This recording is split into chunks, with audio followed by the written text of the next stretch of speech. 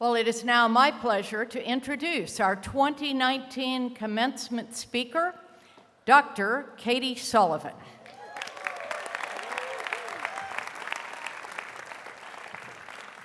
Wow, thank you so much. It's so weird, you guys. This is exactly how I pictured it to be. This is exactly what I thought was going to happen. Thank you, Webster University faculty, staff, students, and guests. It is my sincere honor to be here with you today. Actually, when I was asked to do this, I was a bit intimidated, so I reached out to friends and family to get some advice as to what they thought I should say. I got a lot of run-of-the-mill stuff, like work really hard or be true to yourself, blah, blah, blah. My brother Daniel didn't have much to say in terms of advice. He was just super excited that I was going to get to dress like a wizard. When I asked my mom what she thought I should say, she said, "You should tell them not to be a jerk." And at first I thought that was very much my mom, very on brand, very #Barbara Sullivan. But on my about 5th time telling that story, I realized how wise those words actually were. I reflected on the amount of time people, me included, have wasted on being a jerk in our lives, how it holds us back in our personal lives, in our work lives, in our communities. So I am not going to spend my time up here today talking about shooting for the moon or thinking outside the box or walking a mile in someone else's shoes, which could be really actually unsanitary. No, instead, I am going to give you my list of ways not to be a jerk in your life. Number 1, don't be a jerk to your family. Whatever that you define that to be, I'm talking about your support system, the one you were born into, the friends that you surround yourself with, the one that you will create for yourself one day. When my mom was pregnant, there was no indication that there was something different about me. This was way before 3D ultrasounds where you can totally tell that your kid has his chin and thank God your nose. On the way to the hospital, she had no idea how physically different I was going to be from my 3 older siblings. Everything seemed to be routine until in the delivery room, my mom heard one of the nurses say, "Oh my God." And before she could find out what was wrong, she was asleep. In recovery, I was nowhere to be seen, but my father was there, and he had to tell her that the baby was fine, she was healthy, she was just born without the lower halves of her legs. My parents really let me set the bar for how I was going to take on life.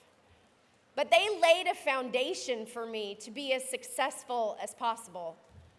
When I was an infant, my legs were stuck in the fetal position. I couldn't straighten them myself. So every day, my mom would take my tiny little legs that fit in the palm of her hand and push them down so that the muscles and tendons would stretch out. She called them our exercises. I would cry, she would cry. I had the tremendous fortune to be born into a family of people that didn't see my physical difference as something to be ashamed of.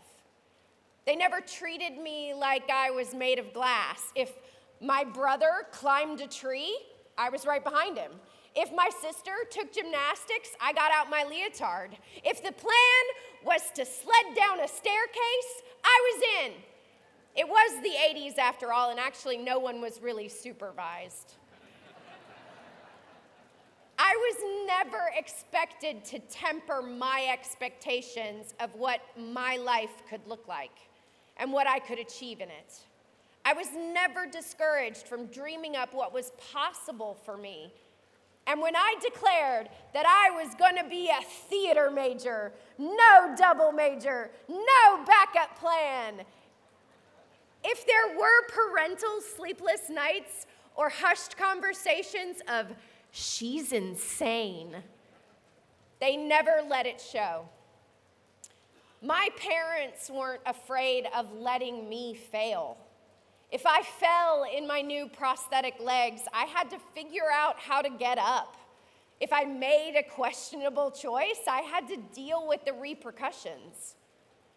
We are guaranteed failures in life. I can promise you that. But I can also promise you that that is where the wisdom lies.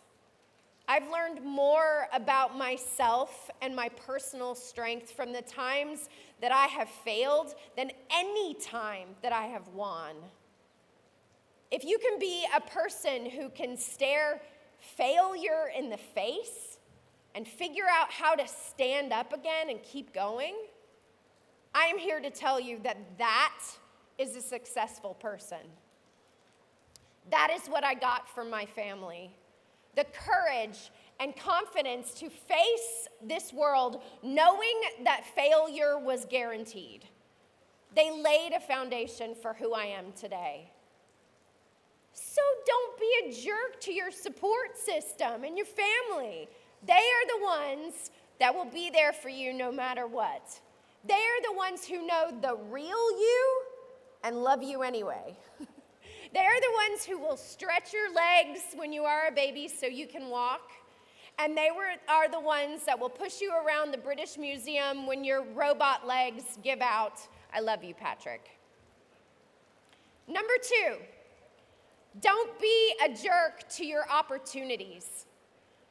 When I was still an infant, my mom was talking to a doctor who I truly believe was trying to comfort a woman who just had a baby who had no legs. He told her that the world doesn't need another runner, but she'll find other things to be good at. And he was right for a very long time. Sports were a very difficult thing for me. Now, that's not to say I didn't want to play games and that I didn't try. I did. But anything I tried, swim team, gymnastics, there was a plateau, and one that often showed up rather quickly, where progress wasn't physically possible. So sports took a massive back seat in my early life. Flash forward to when I was 25 years old. I was handed a pair of prosthetic running blades to try. And that one opportunity changed an entire chapter in my life. It took a while for me to figure out the mechanics of running. I had never run before, ever. I had no muscle memory of running. Just putting one foot in front of the other quickly was a challenge. But I had no agenda. I had no plans. There were no dreams of Olympic glory on my mind. My prosthetist suggested at one point that we attend a track meet for fun. Now, I had never even been a spectator at a track meet before I was signed in to compete in one, and I'm not sure if I have ever been that intimidated. It's very stressful. There are lane assignments and numbers all over your body, people running everywhere, they shoot guns at you. I turned to my prosthetist and I said, "Can't I just sing the national anthem?" I would much rather do that. It was time for my race. It was the 60 meter, but this was a bit of a you can do it kind of track meet. And I had never run before, so that seemed like a really good place to start. I got up to the line. I was in the middle lane. I looked to my left, and I looked to my right at my competitors, and I was standing in the middle of 10-year-olds. So I thought to myself, well, crap. I guess I better win. which I did, although one of those little boogers was really fast. And looking back on that now, I am pretty positive that that makes me less of an amazing athlete and more of just a really bad person for beating children in a race. What I didn't know was that there was a Paralympic coach there at that event that day. And he came up to me and he was very excited, and he said, "How serious about this are you?" And I was like, "Not at all, sir. Not at all." But he was persistent. He was like, no, you don't understand. If you do this, then other people will see you do it, and they'll see what's possible for them, and they will start to do things for themselves. And I was like, calm down, Yoda. Listen, man, do you understand that I had never run before a month ago? You're suggesting that I become a Paralympic runner? You are out of your mind. Don't you know that I am a serious dramatic actress? And for your information, I had an audition the other day for car crash victim number 2 on SVU, and I came really close to booking it, I think. I can't focus my life on becoming an amateur athlete. But he planted a seed. He presented an opportunity. I considered the downside of failure. Okay, so if I gain an amazing new skill, I get in incredible shape, I push myself so far outside my comfort zone that I can't even see it anymore, and the worst thing that can happen is that I don't make a U.S. team, totally worth failure. A year and a half later, when I competed at my first Pan Am Games in Brazil, I became the first bilateral above-the-knee amputee to compete internationally in ambulatory track in the world, male or female.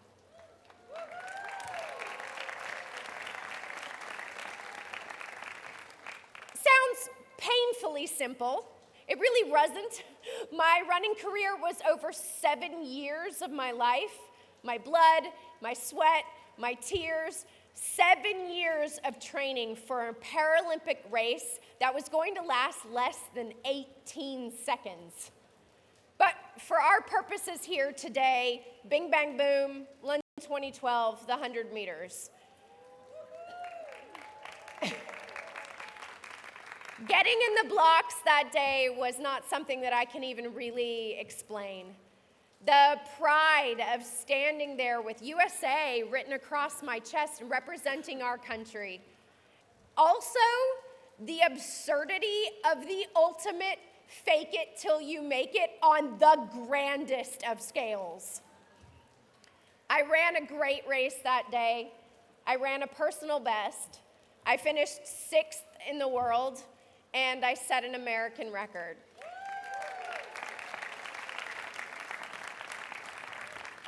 And all of that happened because I didn't laugh in the face of opportunity.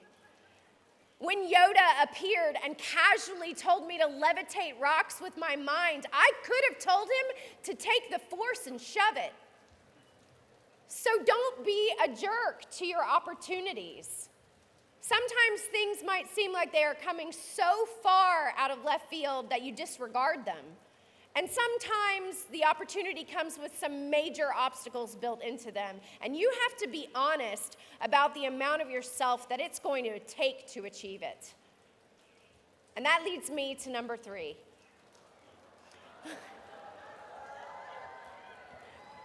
Don't be a jerk to yourself. A few years ago, I was given the opportunity as an actress to audition for a role in a play called Cost of Living. When I sat down and read the play, the role scared me. The character was written from an incredibly powerful and honest place. She was willful, she was opinionated and wounded. She was also a quadriplegic who had almost no movement from the neck down. Her last scene in the play was about 20 minutes of lying in a bathtub where you just see head and neck. Her stillness scared me. I sent the play to my best friend and I said, I really don't think I want to do this. She read it, and she said, "You're insane if you pass this up. You're just scared, dummy." So I sent in my audition.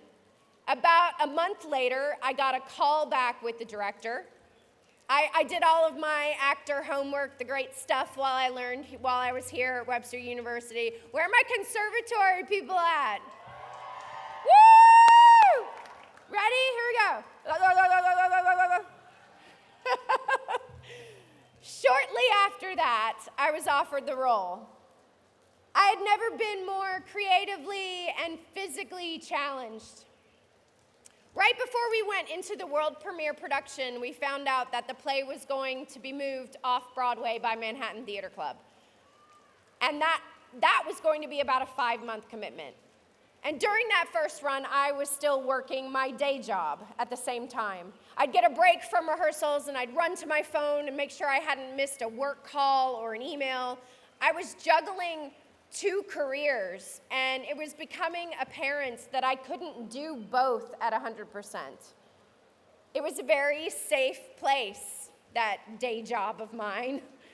But my acting career was picking up, and I was at a point where I had to take a leap of faith that I was going to be able to take care of myself. That the industry was changing for performers with disabilities enough that I was going to be okay. I knew that for my heart, I had to roll the dice, so I did. I put in my notice to my steady corporate safety net day job that I had had for 10 years, and I started a new chapter, a chapter that fed my soul. Cost of Living went on to win the 2018 Pulitzer Prize for Drama.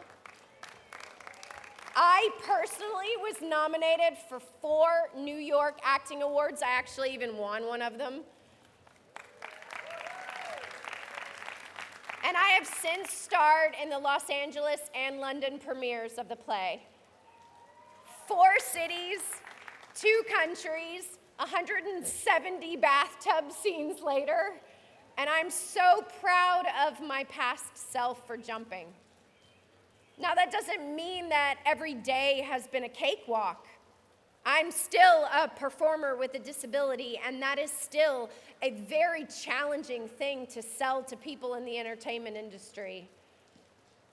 But I'm not willing to stand up here and lie to you. Some days I have more questions than I have answers, and accomplishments on paper don't always equal stability in our lives. I've had to learn to lean on other people and ask for help even when it hurt my pride. Please see section 1 of this speech, Don't Be a Jerk to Your Family. So don't be a jerk to yourself. The days that nothing extraordinary happens will far outweigh the days that you win an award or you land a job, but those are the days that it is imperative that you stay kind to yourself and stay focused on the long game. There may be times that your career is going great and there's something majorly stressful happening in your personal life, and vice versa. Life is complicated that way. But try to remember to cut yourself some slack every once in a while, because I promise you sometimes you're gonna be the only one doing that. There's nothing magic up here. I am dressed like a wizard, but I am not actually one. I'm actually more like a cyborg, if you want to get technical. But more importantly, I am a person who is not willing to let a disability dictate how my life should go. I truly believe that the obstacles that appear in front of us are there to demonstrate how badly we want something in life. If you can be nimble and ready to adapt, you can be a person who remains standing even when the winds around you change, even when the rain falls on your head. If you can be a person who is able to take your perceived limitations and turn them into your advantages, I'm sorry, but there is no way you can lose at life. And if you can take a beat in a difficult moment And remember not to be a jerk. I promise you, extraordinary things can happen. Thank you so much, and congratulations to the class of 2019.